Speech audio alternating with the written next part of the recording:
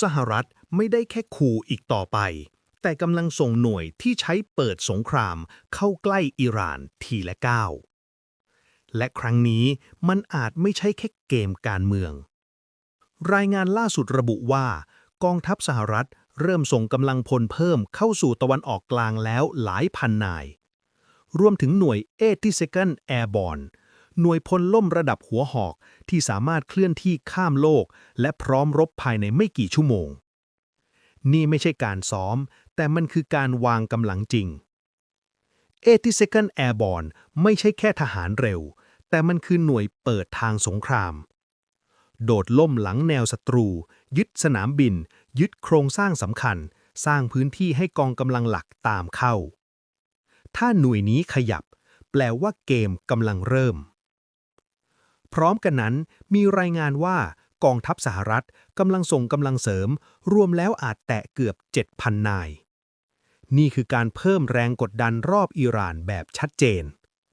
ทั้งอากาศภาคพื้นดินและทะเลกำลังถูกจัดวางใหม่เหมือนหมากบนกระดานที่กำลังจะเดินหนึ่งในแผนที่ถูกพูดถึงมากที่สุดคือเกาะคาร์กนี่คือหัวใจการส่งออกน้ำมันของอิหร่านน้ำมันส่วนใหญ่ของประเทศต้องผ่านจุดนี้ถ้าถูกยึดรายได้หลักของอิหร่านอาจหยุดทันที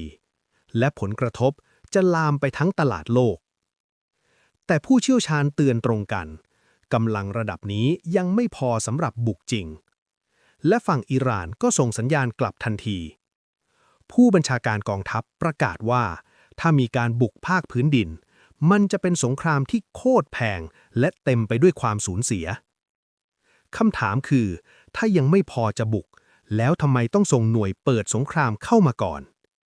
นี่คือการขู่ให้ถอยหรือกำลังเตรียมเปิดฉากจริงตอนนี้โลกกำลังอยู่ในช่วงก่อนเสียงปืนจะดังและทุกการเคลื่อนไหวกำลังถูกจับตา